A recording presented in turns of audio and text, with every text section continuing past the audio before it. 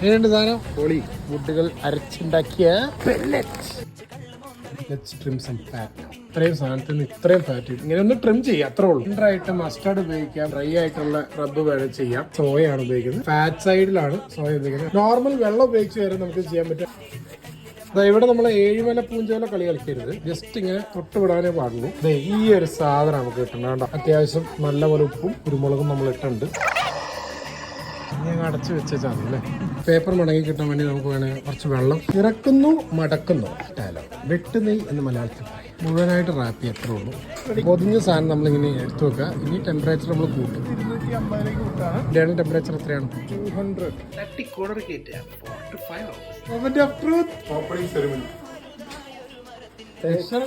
രക്ഷയില്ല.